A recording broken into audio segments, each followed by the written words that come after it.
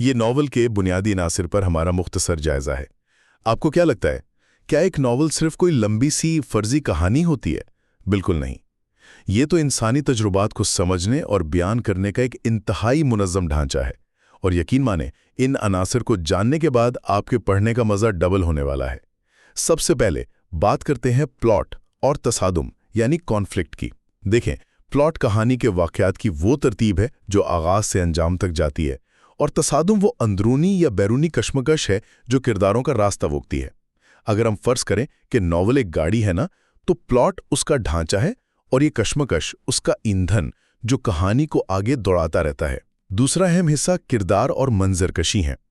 اب بھائی جب ہمارے پاس گاڑی اور ایندھن آ گیا ہے تو ہمیں یہ بھی تو دیکھنا ہے کہ اسے چلا کون رہا ہے اور ہم جا کہاں رہے ہیں۔ ذرا سوچیں، کیا ایک زبردست اور متحرک کردار کسی بالکل بے جان اور پھیکے سے پس منظر میں اپنی اہمیت برقرار رکھ سکتا ہے؟ بالکل نہیں۔ اسی لیے سیٹنگ یعنی کہانی کا ماحول، وقت اور جگہ ان کرداروں میں اصل جان ڈالتے ہیں۔ اور آخر میں بات کرتے ہیں مفہوم، انداز اور کہانی کی روح کی۔ کرداروں اور ان کی منزل کو جاننے کے بعد اب ہمیں سمجھنا ہے کہ اس پورے سفر کا اصل مقصد کیا تھا۔ اس روح میں شامل ہے مرکزی خیال، زاویہ نگاہ، مصنف کا خاص انداز اور وہ علامت نگاری جو عام سی چیزوں میں گہرے معنی چھپا دیتی ہے۔ سچ تو یہ ہے کہ یہی وہ ٹولز ہیں جن سے مصنف ہم سے خاموشی سے بات کرتا ہے۔